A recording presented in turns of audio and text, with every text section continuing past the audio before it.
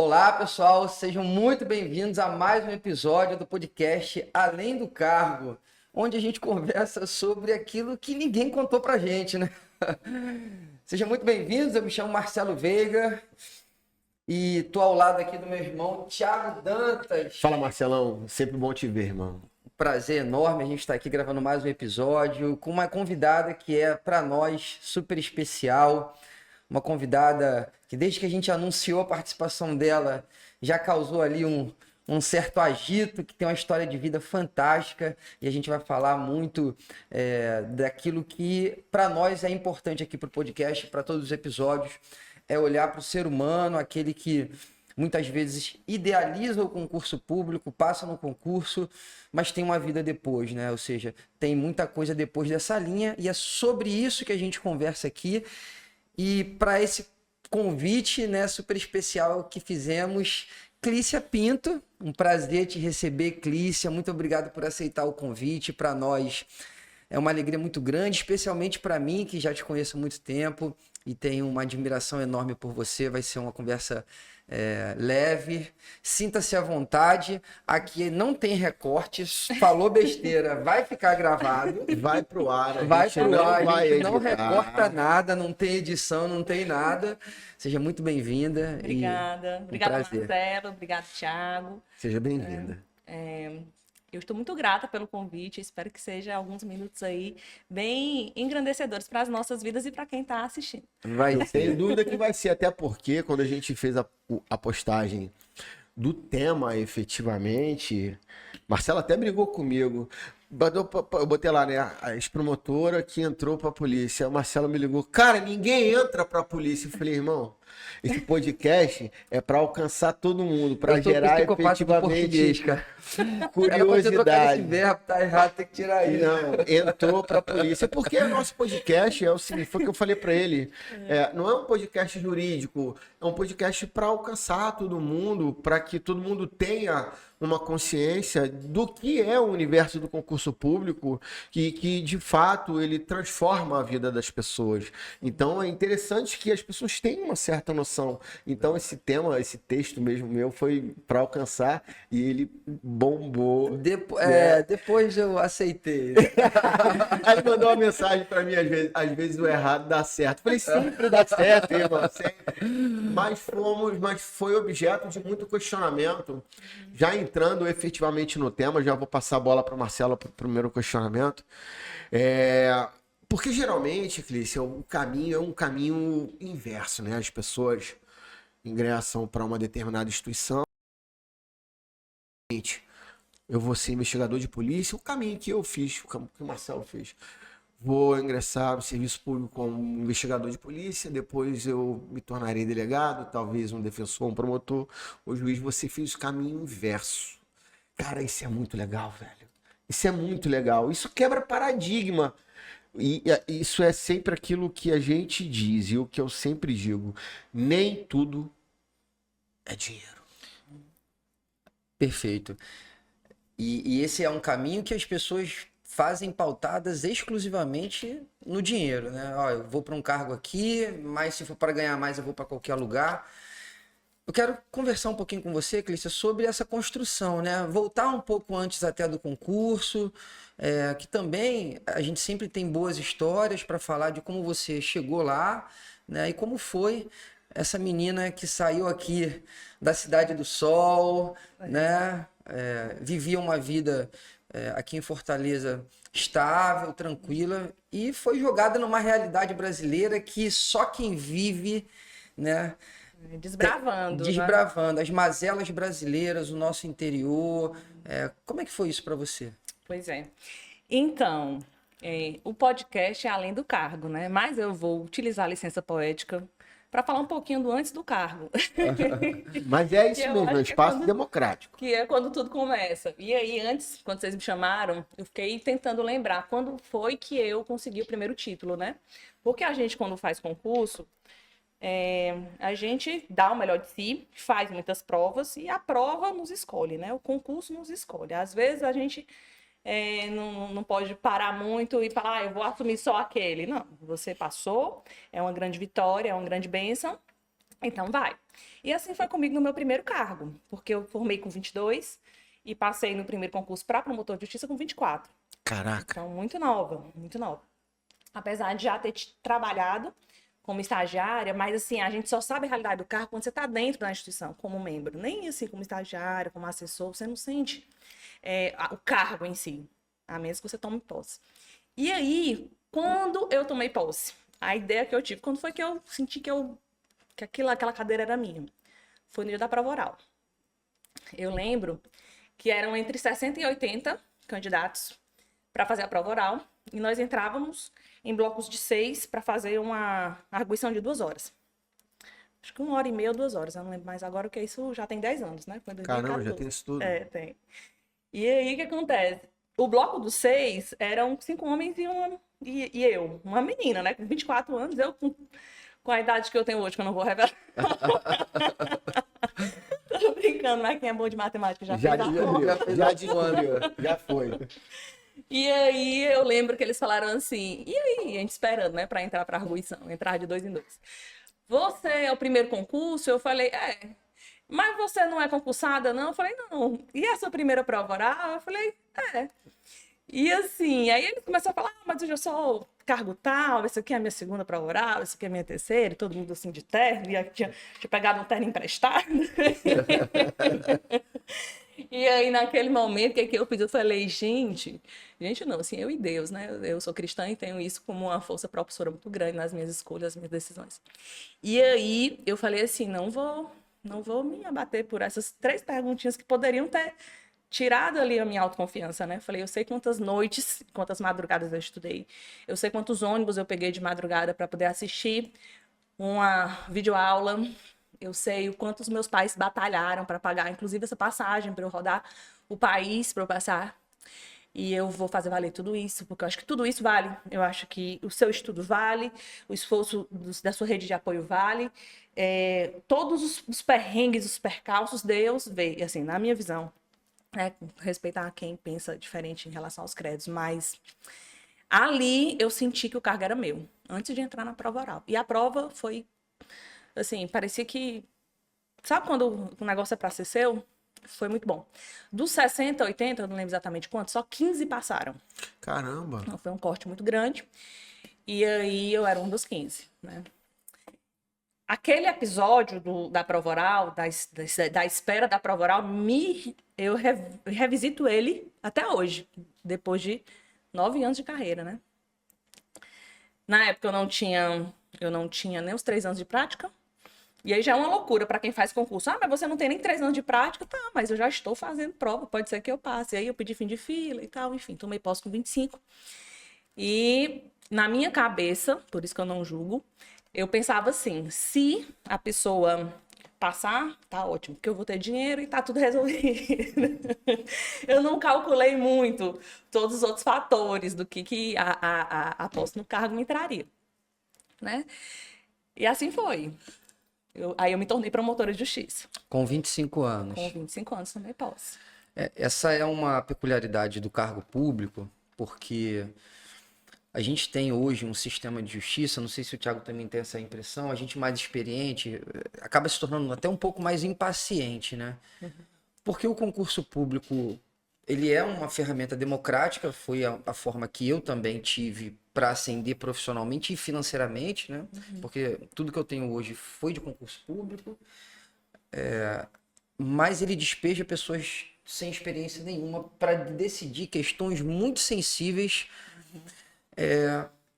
para todo mundo. Uhum. Hoje a gente tem o Exame Nacional da Magistratura, que eu acredito que as outras carreiras vão acabar copiando, não vai demorar para a gente ter o Exame Nacional do Ministério Público, o Exame Nacional das Polícias. Eu acho que isso vai se tornar uma realidade, porque acaba segurando um pouco as pessoas. Não acho que seja como o ministro Barroso afirmou, que seja uma questão de qualificação, porque a prova é uma prova objetiva como outra qualquer. Mas eu acho que uma barreira a mais causa um pouco de amadurecimento. Uhum. Eu não sei se vocês sentem isso. Eu hoje sinto, né? Quando chega um concurso novo, quando chegam pessoas de outras carreiras, as pessoas chegam muito verdes, cruas. E eu cheguei muito cru também, apesar de já ter sido inspetor. tive a sorte de ter uma carreira que, para mim, foi uma carreira intermediária, não estou dizendo que seja para todos, mas para mim foi uma carreira intermediária em que eu tive que me adaptar antes de assumir uma posição de chefia, né? Fui delegado, enfim. Hoje, na magistratura, eu cheguei um pouco mais experiente. Vocês sentiram isso? Tiagão, dá a tua opinião, como é que foi? Você foi também Fui investigador de tira, polícia há foi muitos investigador há muitos anos. Você sente que isso hoje é um problema do concurso? Acho. Porque assim, a gente está falando de experiência de vida e que vai decidir a vida de outras pessoas. O que a gente verifica hoje? As pessoas, cada um tem sua motivação, cada um estuda para concurso público por uma finalidade.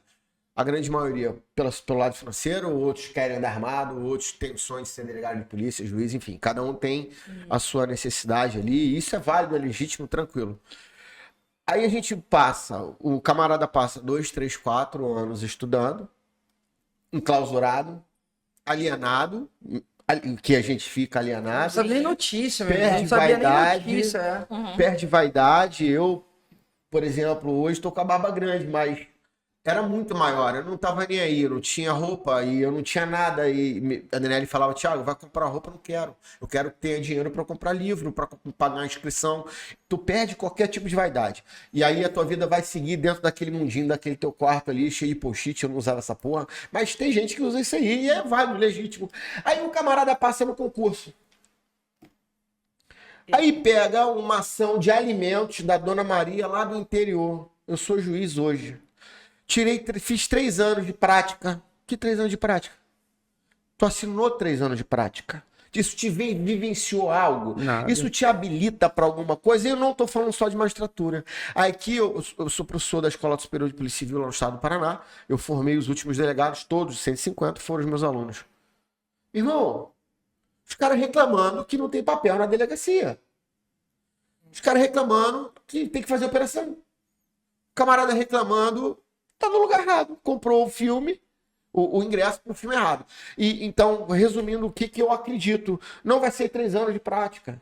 Eu não tenho dúvida que a Clícia teve dificuldade Sim. em administrar isso. Uma menina, meu irmão. Menina de 24 anos. É a idade da minha filha do meio. E aí você vê uma menina... O choque é muito grande, né? É. Eu comparo muito, assim. Você faz por merecer, você já recebe aquela bênção, que é o cargo, e aí tem um título, você ganha um título. Aí você faz o que com o título, depois você toma posse. Você vai se tornando aquela função com o tempo, não é do dia para a noite. E eu comparo muito, Thiago, que a gente, assim, é como se fosse atleta de alto rendimento, concurseiro. Estuda com métricas, com prazos, com um senso de... um senso de urgência muito grande. E quando você entra no serviço público, existe toda uma estrutura, né? Existem protocolos, procedimentos, as coisas não se resolvem do dia para a noite, porque tem procedimentos. Para resolver o problema da senhora do interior, você precisa colher o depoimento dela, você precisa oficiar o juiz, acessar toda a rede de apoio ali do município, enfim. São problemas, às vezes, sociais, difíceis de serem sanados. Que para quem não tem vivência prática, é um desafio a mais. Então, assim, eu acho muito importante o acompanhamento institucional das escolas, né, das instituições, e aí para todas as instituições, nesse amadurecimento dos jovens e dos não tão jovens, mas que não têm experiência no setor público, né? Então, são ritmos diferentes. E quando eu tomei posse no primeiro cargo, foi um grande impacto. O primeiro entender que são ritmos diferentes. O segundo grande impacto é saber que a gente tem que gerenciar pessoas. Você tem de uma hora para outra. É o mais difícil no serviço público. É o mais difícil. Porque antes você se gerenciava. E agora você tem que aprender a gerir pessoas, a gerir processos, a entender ritmos diferentes. E a gente não estudou para isso. Pelo menos nos cargos para os quais eu estudei, não estava no edital. E daí... foi outra grande diferença. É claro que muda muito de instituição para instituição, de estado para estado, de momento institucional, porque cada instituição tem sua gestão, então cada gestão dá o seu tom.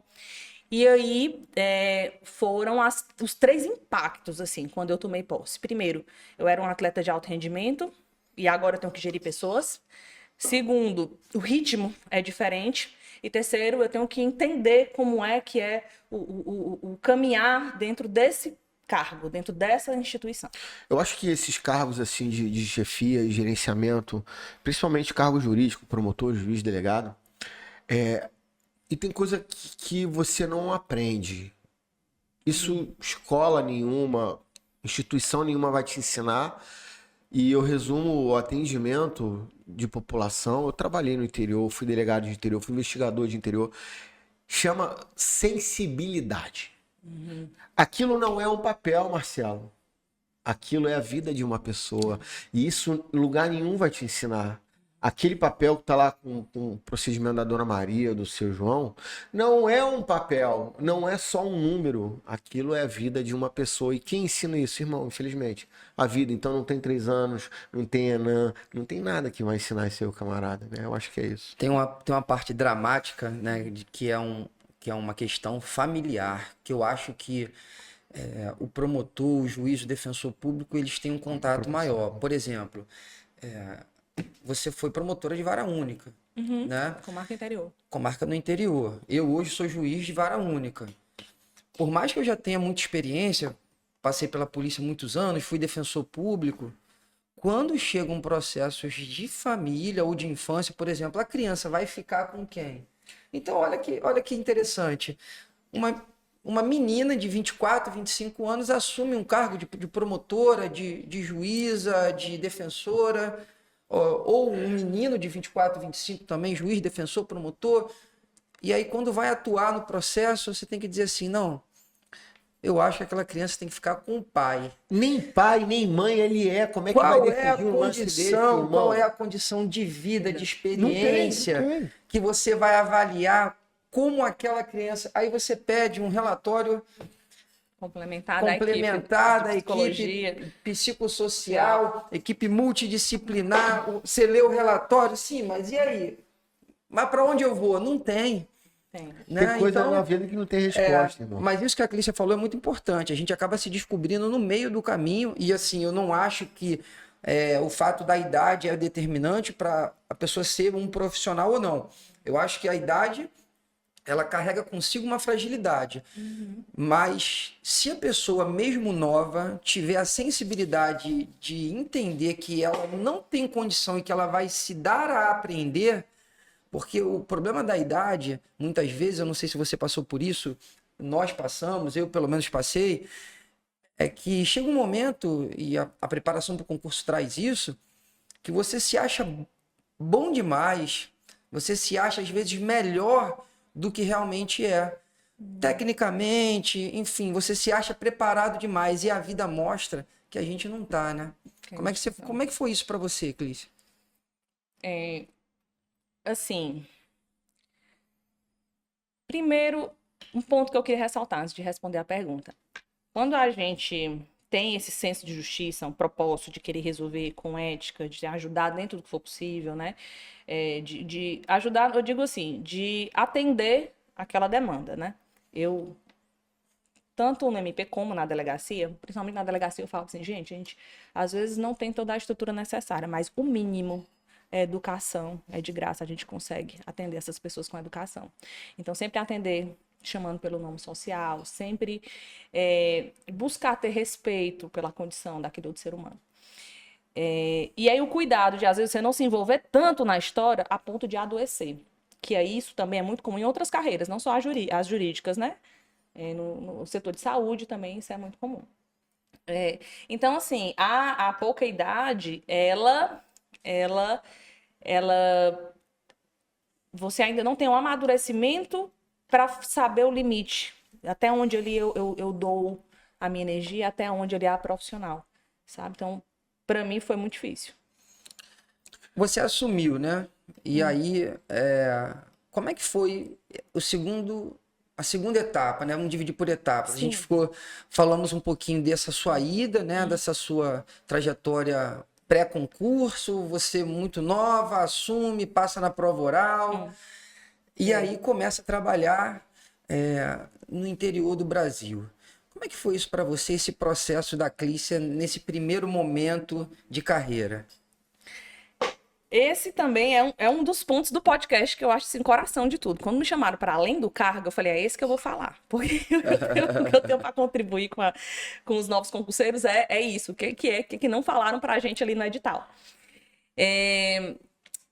Eu acho que tudo são os combinados prévios. Né? Você tem que fazer cálculos prévios. Você mora numa cidade capital, você sabe que se você for fazer um concurso estadual, de carreira estadual, você vai morar no interior.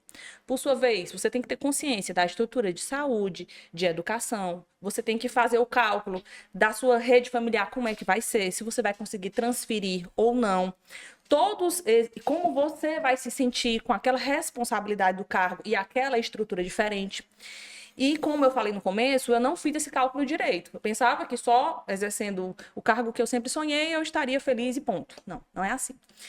E eu morei muito tempo no interior do Ceará. E isso me ajudou muito a viver o interior de um estado do norte de forma menos traumática, assim, né? Foram diferenças culturais, a sociedade se comporta diferente, o nordestino é de um jeito, o nortista é de outro, o sulista é de outro, então a gente tem que ter muito respeito pela cultura deles, sem também desmerecer a nossa dificuldade de adaptação, porque não é do dia para a noite que você se considera nativo, você se considera, eu também estou em casa, que é a minha segunda casa, são anos, né? Então esse impacto assim, de ir para o interior e lidar com todas essas diferenças estruturais e sociais, políticas, econômicas, isso tudo pesa. Com um detalhe, na época não tinha muito atendimento, como é que fala, de profissionais por eu morava numa cidade de fronteira, morei 2 anos em fronteira, para eu chegar numa comarca que tivesse o atendimento médico adequado, para fazer acompanhamento psicológico, que é essencial para profissionais que trabalham na linha de frente. Isso não é perfumaria, isso é questão de saúde pública, você olhar para como está a saúde do seu colaborador, do seu servidor público, de que é um ser humano também que está ali investido naquele cargo, com altas responsabilidades. Então, assim, existe esse cuidado.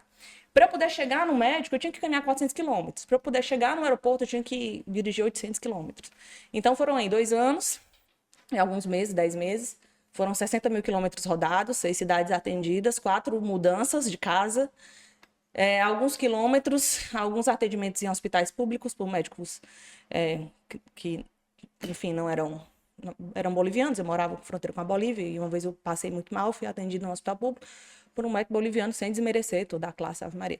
Mas é muito diferente da estrutura de saúde que se tem aqui no Ceará. Por mais que seja um estado também com muita coisa a melhorar, mas isso me impactou muito e eu me vi só. Porque eu fiz essa migração sozinha. E o que eu digo hoje para os jovens que estão estudando façam esses cálculos, né?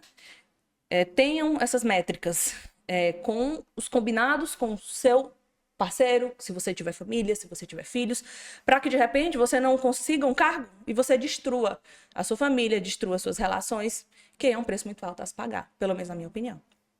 E aí eu vi que eu estava muito feliz de 8 às 18 e extremamente infeliz durante a noite.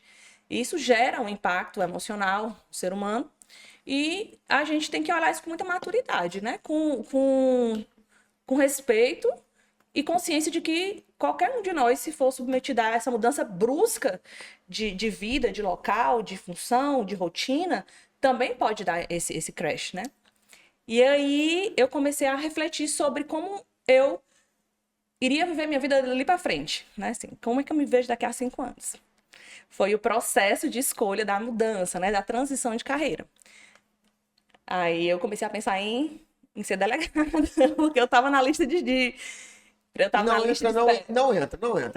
Que aí. Segura, vamos dar um spoiler. Não precisa dar um spoiler. Deixa eu te interromper de forma deliberada aqui. Eu tenho uma pergunta para te fazer no que tange isso, mas só vou complementar. Você falou sobre um combinado, eu achei fantástico. Você tem que fazer um combinado consigo mesmo. E você falou para as pessoas pensarem, cara, ninguém pensa. Ninguém pensa. As pessoas acham, eu vou passar no concurso para delegado, para juiz, para promotor, para astronauta da NASA. Não sei o que ele vai ser, meu irmão. Ninguém pensa. Vou pensar nos 30 mil, nos 20, 25. E outra coisa fantástica. Muito bom tua fala. Muito boa. Eu tava feliz de 8 às 18. Isso não tem preço, cara. Todo mundo que estuda para concurso público se vê nessa situação, e esse é sempre um tema que a gente volta em todos os episódios, porque hoje no Brasil as pessoas estão migrando para outros estados. Eu, por exemplo, nunca mais voltei para o estado do Rio de Janeiro, já tem 15 anos que eu tô fora, já cortei qualquer laço, não vou ao Rio de Janeiro, não viajo para o Rio de Janeiro, porque se eu não gosto, não me sinto mais em casa. Não é mais minha casa. E é muito louco isso. Né? Eu fui criado a minha vida inteira até os 33 anos de idade, e quando eu saí eu nunca mais voltei. E eu não tenho mais esse senso de que o Rio é a minha casa. Nem para visitar teu amigo estagiário, né? Aquele você veio perguntar, que era o Marcelo. Eu falei, pô, você sabe como é que eu conheci o A Marcelo? gente foi estagiário junto. Ela, né? pô, eu falei pra ela, fomos estagiários junto. Estagiário, eu falei, escritório de advocacia. Então, só para fechar o raciocínio, já vou te devolver a resposta. É muito ruim, cara, esse negócio de a gente achar. Pô, perceba, não é que você não vá fazer concurso fora, não estou falando isso. Mas assine o combinado que a Clícia falou, isso é muito importante. Vai ter rompimento de laço familiar. Quer ver um exemplo?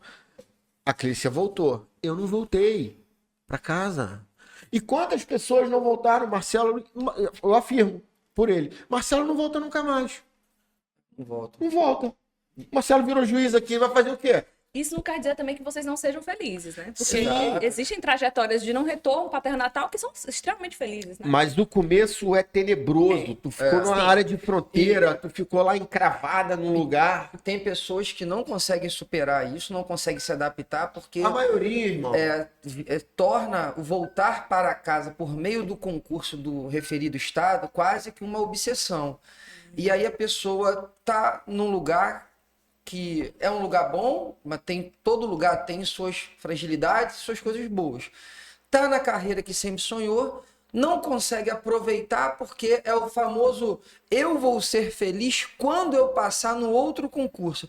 E eu lembro muito de uma amiga minha que disse assim, olha, Marcelo, que eu comecei a passar em muito concurso, né? E aí quando você começa a passar em muito concurso, você acha que você é capaz de passar em qualquer outro concurso e você não consegue parar de estudar porque você sempre acha que depois do que você passou tem um próximo melhor. E ela falou para mim assim, cuidado para tua vida não se tornar um eterno correr atrás de cenouras, fazendo uma analogia à vida do coelho.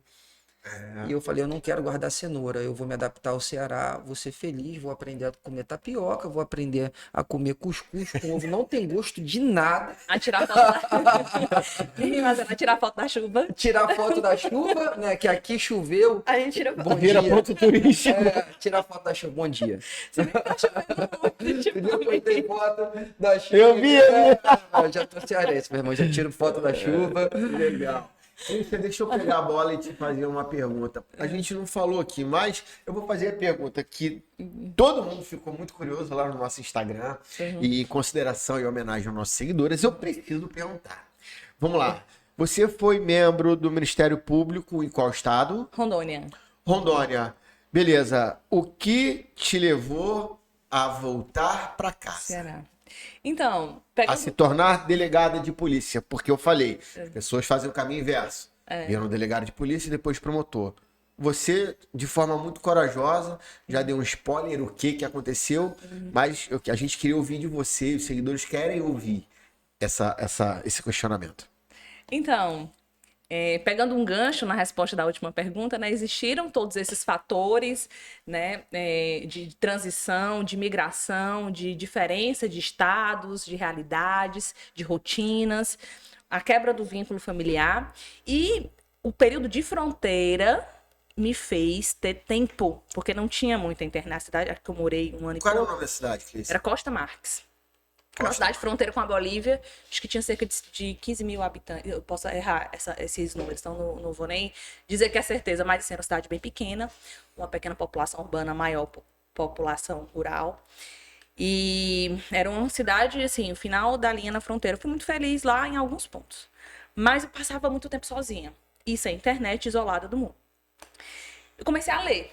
Comecei a comprar os livros quando eu ia quando eu saía, né, do estado, passava ali no aeroporto, comprava os livros físicos. E eu comecei a entender quem era a Clícia, o que a Clícia estava fazendo ali, como é que eu ia ser minha vida daqui pra frente. O pessoal, você não tá feliz, você é que escolheu isso. Eu falei, ok, não foi eu que escolhi? Pois agora eu tenho o direito de desescolher. Porque no final do dia, quem tá lá na cama, você e seu travesseiro, é você e Deus e mais ninguém. E foi um período que, particularmente para mim, e aí eu tenho que dar todo o crédito, o mérito, e o reconhecimento à minha relação com Deus na época, que era uma certeza, foi a certeza que eu precisei. Eu, em nenhum momento, eu tinha crise racional, falava, meu Deus, como é que vai ser? Porque quando surgiu a oportunidade para voltar para o Ceará, porque eu estava no cadastro de reserva como delegada, e eu não tinha. Eu fiz o concurso de delegada naquele bolo dos concursos que você vai fazendo. Mas, sendo bem honesta, eu nunca me imaginei sendo delegada de polícia. Não foi a carreira que eu sempre sonhei, entendeu? Mas existia a possibilidade. Mas e nesse momento, desculpa, deixa eu entender, você já tinha feito o concurso? Tinha. Ou você teve que voltar a estudar depois Não. desse período? Não Me consegui. explica isso que eu não consegui entender. Eu até tentei voltar a estudar, mas assim, com a carga que o cargo exigia de atenção, eu me vi com liberdade financeira, eu tinha dinheiro, eu conseguia fazer um patrimônio bom. Eu tinha uma limitada liberdade de tempo, porque eu me dedicava muito durante o dia. Então, assim, à noite eu chegava cansada, só queria deitar e dormir. Não tinha força para estudar. E admiro muito quem estuda e trabalha. Eu acho que é até a pauta de outro podcast de vocês, né? E eu vi que eu tinha uma limitação geográfica muito grande, assim. Para eu poder chegar no aeroporto, eu tinha que andar 800 quilômetros. Eu tive acidente na estrada e a gente já trocou ideia também. Não fui a única. Então, assim,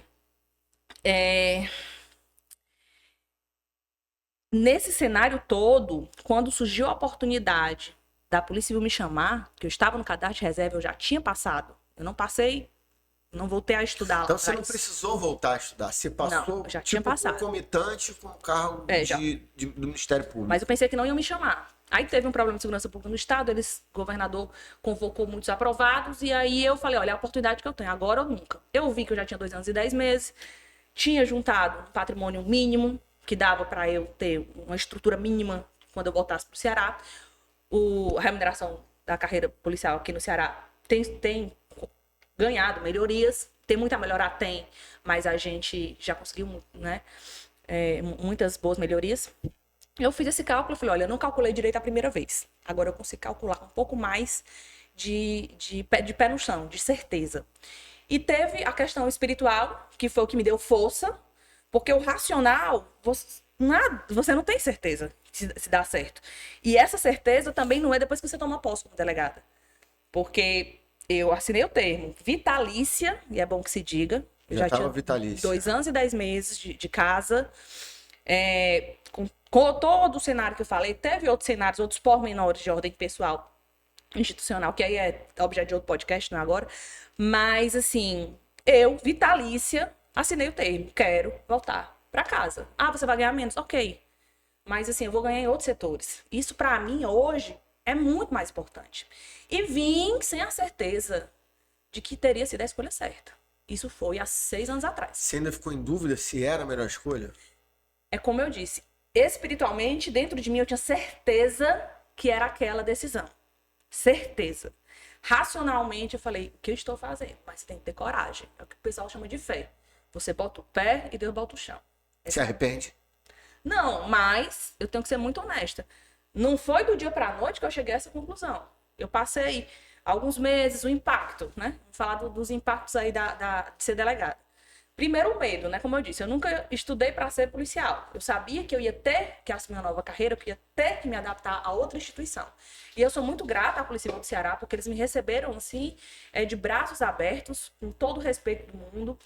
E aqui eu também já cheguei mais preparada, porque aqueles primeiros olhares lá da prova oral e os primeiros olhares por ser mulher, por ser jovem, por ser de outro estado, por estar no cargo de gestão, todos aqueles olhares ali que poderiam me colocar para baixo ou diminuir o meu poder de atuação, eles já não me afetavam mais. Então foi um grande caminhar e amadurecimento ao longo dos anos, de não me importar com o que as pessoas pensam.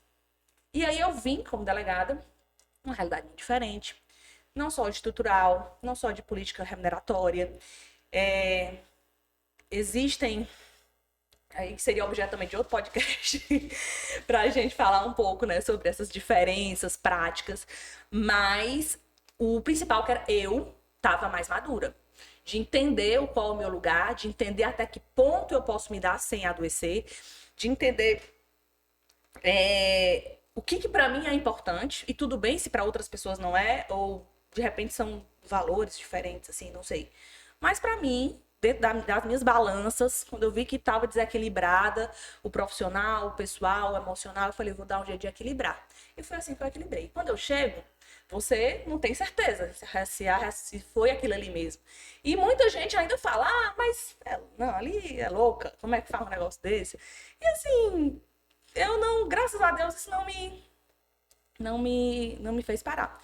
E como delegada, eu também senti, como mulher, em alguns pequenos momentos, confesso que bem menos, porque eu já vinha atuar mais na capital, uma certa desconfiança por eu ser mulher, né? Por eu ser mais jovem, por eu não ter aquele perfil pé na porta, né? E eu entendi que a Polícia Civil, assim como outras instituições, na verdade, o serviço público, ele precisa de pessoas com ética, que tenham força de trabalho, que queiram fazer a diferença. E tem espaço para todo mundo. Perfeito. Tem espaço para quem tem um perfil mais operacional, tem espaço para quem tem um perfil mais cartorário. Uma equipe, ela é formada dessas potencialidades, todas reunidas. Então, quando eu vi alguém falar para mim, não sei não, essa doutora aí é muito simpática, ela aí não resolve não. Isso nem me abalava, porque eu tinha consciência do meu valor enquanto profissional. E eu falei, olha, eu não posso ser boa nisso, mas eu sou muito boa nisso. Portanto, eu mereço respeito. E essa fala sua não me cabe. Então, internamente eu falava e assim eu fui ganhando, né? São quase 6 anos, esse mês eu completo 6 anos de Polícia Civil do Ceará. Legal. Uma carreira que eu sou muito grata, de verdade, à Polícia Civil. Me vi trabalhando ali no dia a dia, nos plantões, em distrito, em especializada. E agora eu estou no setor correcional, que também é um setor que me traz muito senso de propósito, ou muito senso de justiça, faz muita diferença na minha vida. Mas, assim, sobre ser delegada e ser mulher, o que eu também quero passar para quem estiver assistindo, é isso. Nós, mulheres, a gente tem que confiar na gente, né? Então, assim, não aceite aqueles olhares, não tome para você aquelas pequenas falas que visam, assim, sabe, desmerecer um pouquinho. Então, o que é das pessoas, o que é seu, confie em você, confie no seu potencial, no seu trabalho e bola para frente. Uma coisa muito importante, eu entrei na delegacia muito difícil aqui em Fortaleza, é o quente, né? Aí eu passei um ano no quente. Quando eu cheguei na... Quente é o nome da delegacia? Não, o quente aqui no Ceará é quando o negócio é pipocado, assim, Tá, é tá. uma área sensível, é difícil. Uma delegacia problemática. Pela área e pelo índice de violência. Isso, Entendi. exatamente, era o quente. E quando eu cheguei lá, era um aniversário, o pessoal estava batendo os parabéns, aí o inspetor falou assim, e você é a nova estagiária? Não, você é a nova escrivã. Você é estagiário? Você é a nova escrivã. Aí eu falei, não, sou a delegada mesmo. E aí foi. Passados um ano, passei um ano nessa unidade. Quando foi num dos últimos dias que eu tava, esse inspetor, que já tinha 8 anos de casa ou mais, assim, bem mais.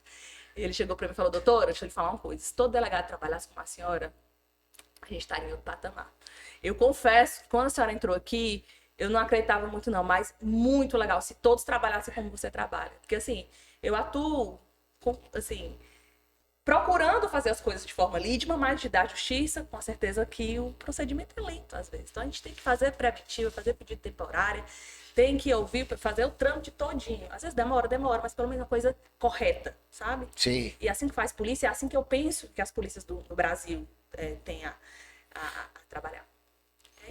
É isso. Eu quero aproveitar, né? E a gente está conversando um pouco desse seu momento de reconstrução, né? Daquela menina que chegou com muitos ideais no interior e depois sentiu o peso das dificuldades, mas ao longo disso teve um momento de reconstrução, né? A gente se reconstrói o tempo inteiro e teve esse momento seu também. Eu queria que você mostrasse um pouquinho, a gente já conversou, você trouxe, né? Quais foram os livros que influenciaram nessa mudança de mentalidade, nesse teu amadurecimento em razão das dificuldades que você enfrentou? Pois é, eu acho massa quem consegue ter esse período de amadurecimento antes de escolher a carreira. No meu caso, eu escolhi, depois na carreira foi que eu me vi ali na fronteira e falei, agora eu vou conhecer a Clícia, que é esse autoconhecimento extremamente importante para que a gente faça as escolhas corretas na vida. Eu trouxe uns livros, hoje eu peguei, minha biblioteca é um pouco maior, claro. Mas o primeiro que eu li, que eu descobri o que era liberdade, nem é de direito o livro. Esse aqui, Empreenda Sem Fronteiras. Ele fala sobre mercado digital, ele fala sobre... Liberdade geográfica é uma coisa que a gente, servidor público, não tem. Não tem. Não Aí tem. eu boto aqui, ó, Clícia Pinto Martins, setembro de 2020. Que livro lindo, amei. Eu assino quando eu termino. Às vezes demoram anos para terminar. Esse aqui é Guerreiros Não Nascem Prontos, do José Luiz Tejão. O livro, assim, que foi muito engrandecedor para mim. Ele fala que o guerreiro realmente ele não nasce pronto, que os grandes vencedores... os grandes vencedores, eles têm esse espírito de aprendiz, aquela coragem, sabe? Aquele vigor de querer aprender. E você vai ser um vencedor se você não mantiver esse espírito. E fala das dificuldades que a gente não nasce pronto. Legal. E esse livro, para mim, em 2015, 2016... Não, esse aqui eu não assinei porque eu não deve ter terminado. Mas não dá nada. Eu vi que tá sublinhado ali. Todos eu sublinho. A página quase final. E eu leio assim também por capítulo, sabe? Às vezes eu não leio o livro, eu aprendi isso no concurso. Não leio o livro de cabo a rabo. Às vezes eu leio o livro só por capítulos. Aqui, por exemplo, esse aqui eu marquei no começo, parei no meio, enfim, resumindo. Maravilhoso. E aí... Esses aqui de autoconhecimento da Brené Brown, que ela fala sobre vulnerabilidade, né? Porque a mulher, ela é um ser humano com potencialidades diferentes do homem, isso não quer dizer que seja melhor nem pior. Mas eu fui muito criticada já por ser mais simpática. Nossa, você é muito simpática. A gente pode ter cara de boazinha, mas a gente sabe os nossos limites de atuação. E aí a Brené Brown, ela fala disso, da gente se permitir ser vulnerável, da gente atingir essa vulnerabilidade do outro, a gente atingir o coração do outro. Legal. E se esse período de leitura foi no período que você estava ali, mais meio na zona lá de Penumbra, trabalhando, feliz de 8 às 18. Caraca, vou lembrar essa frase. Cuidado, hein? Tu vai ser feliz de 8 às 18. Não, você tá assim, porque depois das 18 eu começo a te ligar.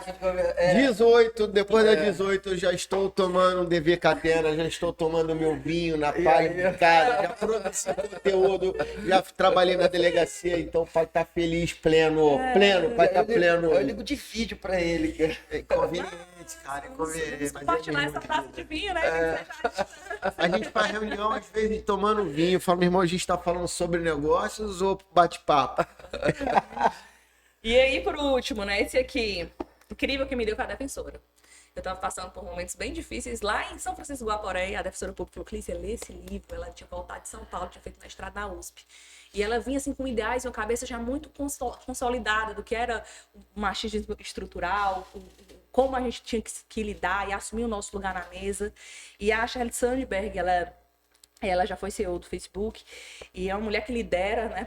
E ensina outras mulheres a assumir esse papel de liderança, a querer estar em cargos de comando, que hoje uma boa parte das mulheres não querem, né? Porque a gente sabe que uma mulher, para exercer cargo de comando, ela precisa de uma rede de apoio, principalmente em casa. Verdade. É o marido, é o filho, é uma família, que ajude ela a fazer todas as suas obrigações do dia e se torne menos pesado. Então, assim, esse livro da Sheryl Sandberg, ele é todo marcadinho, eu releio ele uma vez ou... Ele tá assinado, Clícia?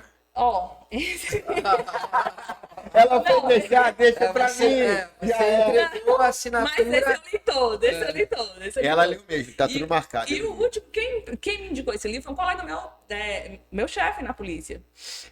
E ele fala, o Thiago Brunet, ele fala, especialista em pessoas, ele fala dos amigos, né? Nós temos os amigos, os estratégicos, os íntimos e os Necessário. necessários. Pois Eu li, é. eu li eu tenho esse livro. Eu fui numa palestra do Brunet lá em Curitiba, é sensacional. O Thiago Brunet é diferenciado, irmão. Mas enfim, esse tipo de conhecimento, você falou um negócio, né? Eu precisei conhecer a Clícia de verdade ali. E você nesse período de felicidade temporária, se é assim que você me permite falar, de outras 18, você arrumou um jeito de preencher aquele vazio com algo que pudesse te agregar. E eu tenho certeza de uma coisa. Você foi pra lá muito menina, conforme você disse. Olha a pergunta que eu vou fazer. Você morava com seus pais aqui Morava com os meus pais. e você tomou um puta choque. Foi. Um puta choque. Você saiu da casa do papai, Não, foi virar promotora sozinha no norte. no norte, a 800 quilômetros no aeroporto. Irmão, eu sou bem mais velho que você. Que porrada que a vida te deu. Que porrada. Mas irmão, isso aí Eu sou grata, sabe? é isso. E fortaleceu muito ela, velho. Tu tem duas opções, ou você sucumbe como pessoa, ou você Pede arrego, vai ou embora. você emerge, não tem como. Gente, tem gente que entra em depressão, tem gente que caso sério, sabe? Você vai ali no fundo ali. Pra mim foi um crescimento espiritual muito grande. Além desses livros, o mais importante para a família. E assim, me ajudou muito a fortalecer. E hoje eu consigo ser grata naquele período por ter sido ali no começo da minha vida. Isso não é muito. Muito, né? E você ainda tá muito nova e já tem uma história, assim, uma experiência, né? De vida, experiência profissional. A gente tem muitos alunos com a tua idade ou um pouco até mais velhos que estão ainda buscando entrar num cargo público e você muito nova já tem uma experiência muito grande. Vai aposentar muito cedo, né? Espero ter... Nós temos direito a adquirir regime, Isso. assim. Não sai daqui pra frente. Vamos lá. Mas isso é muito, muito bacana, né? Eu quero, assim, tocar num ponto importante que você falou, que a gente sempre que tem convidado as mulheres aqui, eu gosto de perguntar. Porque a gente acha muitas vezes que a instituição, o cargo, ele é de um jeito e na prática a gente vê que é outro. Eu sempre costumo dizer que a minha experiência nas instituições pelas quais eu passei, eu me deparei com realidades positivas que eu nem imaginava que teria. Então, eu tive muita coisa bacana na polícia, na defensoria pública, hoje na magistratura, que eu nem sabia que era assim. Mas eu também tive algumas coisas negativas que eu também não sabia que era e ninguém me contou. Com relação à tua condição de mulher, assim, como é que é hoje trabalhar numa instituição que a população tem uma visão de um ambiente muito masculino, aquela coisa do pé na porta, de um símbolo que ainda seduz muito, que é a arma de fogo, né? Muita gente quer entrar na polícia pela condição de portar uma arma de fogo. Como é que você vê isso, a tua posição de mulher? Você acha que a polícia, ela avançou nesse sentido? O espaço da mulher hoje na instituição e nas instituições, como é que você vê isso? Eu acho que nós temos que fazer esses recortes, né, de Estado, de instituição, de tempo, de gestão. Então, às vezes a realidade no Ceará é diferente da realidade no estado vizinho, né? E às vezes a realidade que a sociedade, a visão que a sociedade tem não é a mesma que você tem quando você está dentro, né? Mas falando desse lado da mesa, eu como delegada, eu sempre me vi muito aceita aqui na Polícia Civil. Porque os olhares dos próprios dos atendidos ou dos próprios colegas que tinham, talvez sem querer também isso, aquela intenção de descredibilizar um pouco, eles nunca me atingiram, porque eu já vinha dessa linha de amadurecimento.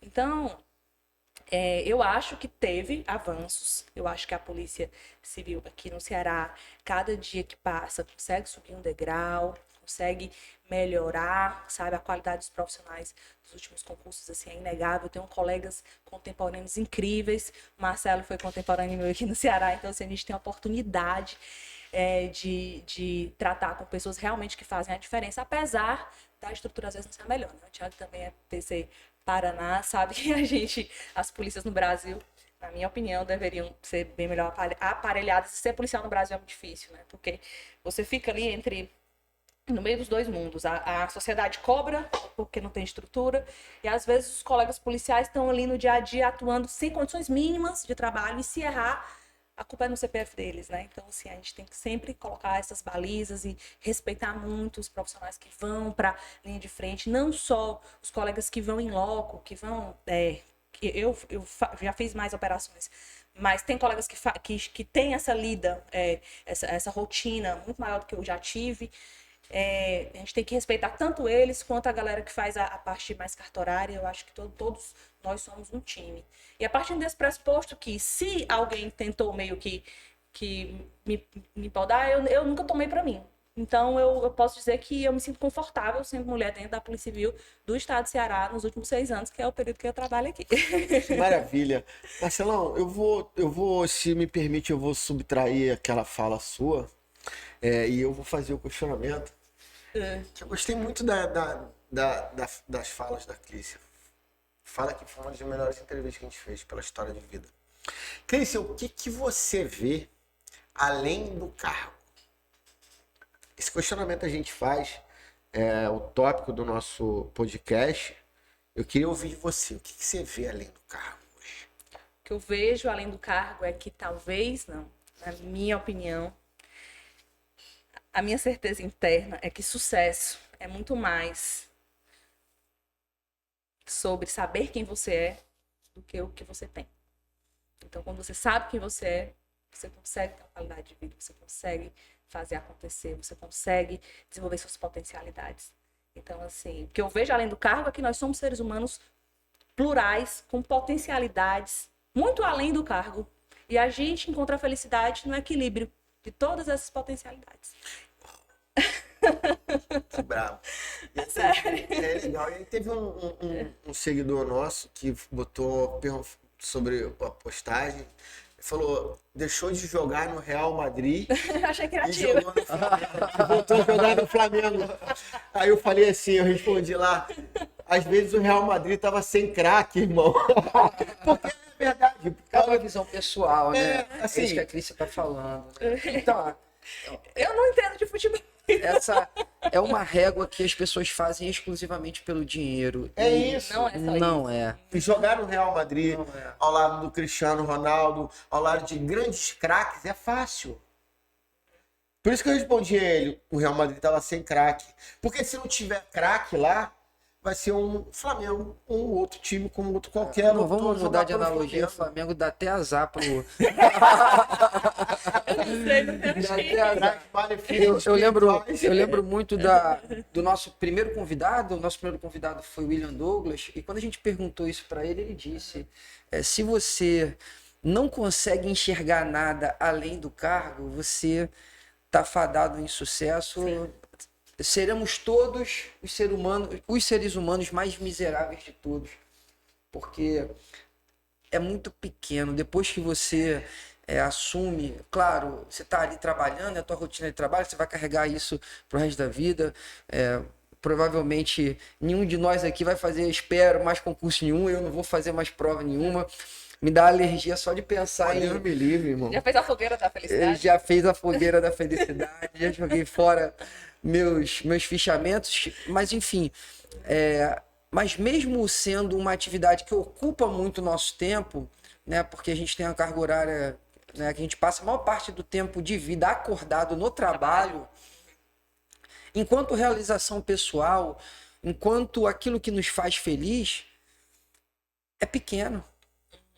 Porque se você não tem uma estrutura familiar, se você não tem uma vida além do cargo, o cargo não sustenta. Eu digo que é uma fatia da pizza, né? Nossa vida é uma pizza e o trabalho, você não é só o seu cargo. Quando eu tomei essa decisão de mudar, de fazer a transição de carreira, de mudar de profissão, de estado, eu tinha já consciência que eu não era só o meu cargo. Que o meu cargo era uma fatia e eu podia trocar aquela fatia. Podemos mudar o sabor da pizza. E aí, só finalizando a primeira pergunta que eu deixei em aberto, quando é que você teve certeza? Não é imediatamente, né? 6 anos depois, assim, no último ano, que eu vi que eu consegui montar minha família. Estou esperando a primeira filha, a Letícia. E esse podcast, ele veio num momento, assim, muito especial para mim.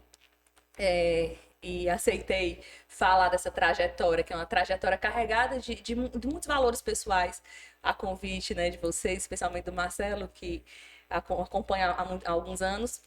Então, assim, eu me vi pensando, poxa, eu fiz a escolha certa, sabe? Que legal. E na minha opinião, foi Deus. Porque lá atrás, a Clícia racional é incerteza, né? E nada é certo. Mas aquela força interior fala, vá, é agora. E resolveu, né? Tem duas diferenças, né? Melhorar de vida e mudar de vida. São coisas distintas. Melhorar de vida é você conseguir ter uma condição mínima, melhorar um pouquinho ali o teu iFood, melhorar, comprar um carrinho um pouco melhor. Mudar de vida é completamente diferente, irmão. É estar pleno, é mudar o que ela faz. Por exemplo, ela estava feliz de 8 às 18. Ela melhorou de vida por um tempo, mas agora ela mudou de vida. Consegue entender isso? Que legal. Então houve essa mudança de vida, agora ela construiu a família, voltou para casa. Então nem tudo é grana, galera. Então se você acha aí, ó, vou passar no concurso, vou ganhar 25 mil, Marcelinho, vou ganhar 30 mil. Desculpa o termo, vai encher a bunda de dinheiro, não vai ter onde gastar, vai estar talvez às vezes numa situação ruim, muitas vezes de saúde, que foi o que aconteceu com você, teve uma dificuldade para nada contra o Estado, mas que você estava, mas é uma realidade. Sim. Isso é a realidade. E às vezes as pessoas sentem esse impacto na cidade do lado, é muito pessoal, né? É casuístico, assim, a gente tem que ter muito respeito com esses fatores aí. A minha experiência é que eu passei por carreiras diferentes e o termômetro é sempre o grupo do WhatsApp para mim, né? Eu fui inspetor de polícia, então tinha gente feliz, tinha gente reclamando. Eu fui delegado, tinha gente feliz, tinha gente reclamando. Fui defensor público, a mesma coisa. Hoje eu sou juiz, tem quem reclama, tem... Por quê? Porque não é só o cargo, né? A gente tem que olhar para o que está atrás. E a Clícia falou uma coisa muito interessante, é que hoje as pessoas têm essa visão, né? A gente procura ter esse cuidado, eu também como gestor procuro ter esse cuidado com as minhas deficiências, mas um olhar humano, um olhar sem preconceito em relação à saúde mental. Porque há 10 anos atrás você dizia que precisava de um psicólogo, era louco. Porque quem ia para psicólogo era louco. Então hoje as pessoas normalizaram de que todos nós precisamos de um acompanhamento para nossa saúde mental. E como você bem disse, não é perfumaria, não é luxo, é necessidade, é o básico.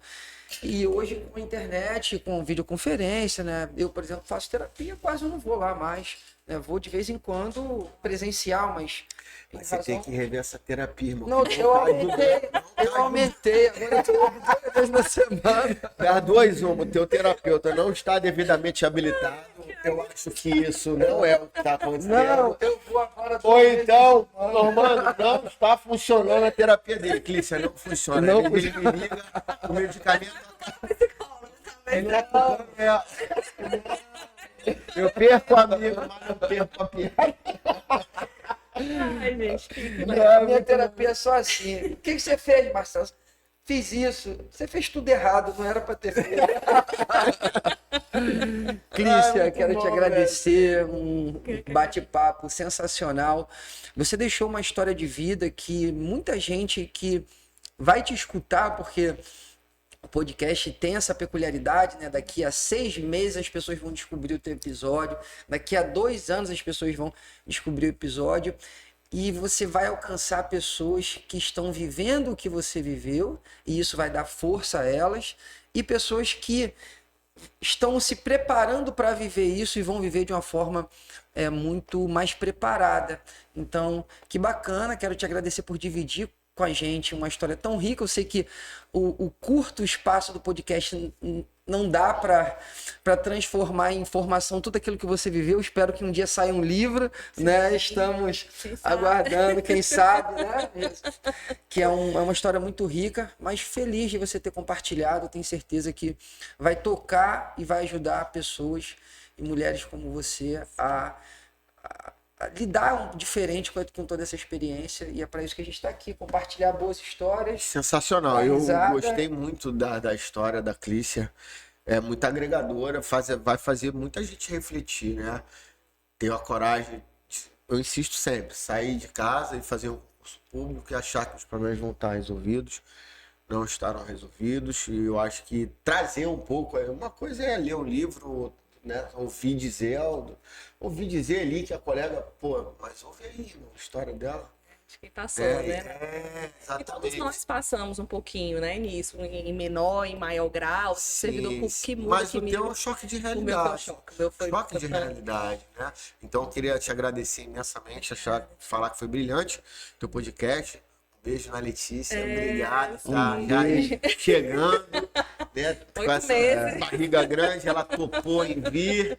E eu achei fantástico. Guardei 6 anos esse relato, né? Já tive outros convites de falar essa história, mas. Privilégio ter participado aqui. E deixando um recado para a mãe Clícia, eu tenho certeza que a Letícia, quando escutar esse podcast, ela vai ter muito orgulho de você, isso não tem preço. E um abraço muito especial no meu companheiro de vida, Lucas. Um abraço, veio, Lucas. Assim, coroar essa decisão que nos agrega, que nos faz família e que me faz muito feliz. Então, assim, Bom. Um abraço. E vocês e todos que convivem com a gente, né, no trabalho, em casa. Esse podcast, ele fala sobre todo mundo, não é sobre só a Clícia. A Clícia era a atriz, assim, um pouco principal na história, mas teve os outros que foram tão importantes.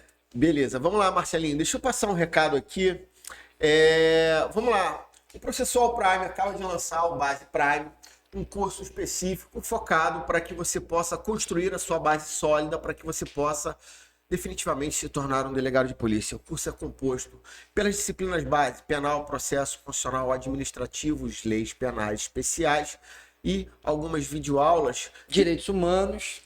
De temas importantes. E ainda tem direitos humanos e um material de PDF do nosso professor Marcelo Veiga. Estamos com matrículas abertas. Só acessar o site do Processual Prime, www.processualprime.com.br, ou chamar a gente no direct. Você tem um cupom de desconto. Marcelinho. Agradecer e dizer que toda essa experiência que a gente carrega, a gente está colocando muito amor no Processual Prime. As turmas, eu e o Thiago, a gente cuida das turmas pessoalmente, né? A gente tem esse desgaste, mas é um desgaste positivo porque a gente consegue participar de todos os processos. Então, a turma Base Prime, ela foi uma turma desenhada para que você consiga ter as disciplinas que representam 75%, 80% do concurso, de uma forma sólida, com um material de qualidade, que é feito por nós, professores. O material de penal eu elaborei junto com a equipe, eu reviso, então tem um cuidado de um professor experiente que cuida do material. A gente montou um grupo de videoaulas essenciais para que você também tenha o acompanhamento de videoaula, não numa quantidade muito grande, para que você não acabe abandonando a aula, mas na medida certa, para que você faça o estudo complementar. A gente tem uma plataforma que orienta a organização do estudo do aluno, então você recebe toda semana de estudo, tudo bem organizadinho por meio da nossa plataforma, uma plataforma que é o Meta, que está agregando demais, os alunos estão adorando, porque consegue realocar horários, é uma plataforma que trabalha também com inteligência artificial para organizar tudo isso. Então a gente tem uma estrutura para oferecer para o aluno, que é só sentar e estudar e fazer a parte. E eu tenho certeza que caminhando juntos a gente vai conseguir. Então não perca a oportunidade de você que está começando os seus estudos, começar da forma correta, ou você que já estuda, mas está empacado, não consegue evoluir, não entende qual é o problema, não entende o que está acontecendo. A gente diz, o que está acontecendo é um problema de base, né? O aluno que às vezes fica muito travado numa pontuação que não consegue avançar, é um problema de base, então a gente tem que dar um passinho atrás para construir uma base sólida, porque você com base, você faz um concurso, outro, e aí essas matérias que caem em poucas questões, você consegue fazer um estudo mais a curto prazo. Eu tenho certeza que a Clícia também só passou nos concursos que passou, porque ela tinha uma base sólida, o que proporcionou ela a transitar em mais de uma carreira. Aconteceu isso comigo, aconteceu com o Thiago também, que passou em mais de um estado. Então, venha para a nossa turma Base Prime. No Processual Prime, a gente consegue deixar, equipe, um QR Code no... Então a gente vai colocar no nosso vídeo aqui um QR Code. Só clicar no QR Code que vai aparecer aí. Tá gravado, Marcelinho, aí. Tá gravado, meu irmão já disse. Consegue, clica no QR Code aí, você vai ter o cupom de desconto, pessoal. É isso. Beleza, pessoal. Obrigado, querida. Um beijo. Que a Letícia chegue com muita saúde, muito sucesso. Obrigado, irmão. Marcelo. Obrigado. Mais uma vez, tamo junto. Nesse final de semana vamos casar o Guerreiro. Perdi o Guerreiro, mas o Guerreiro. Pessoal, um abraço. Até a próxima encontro.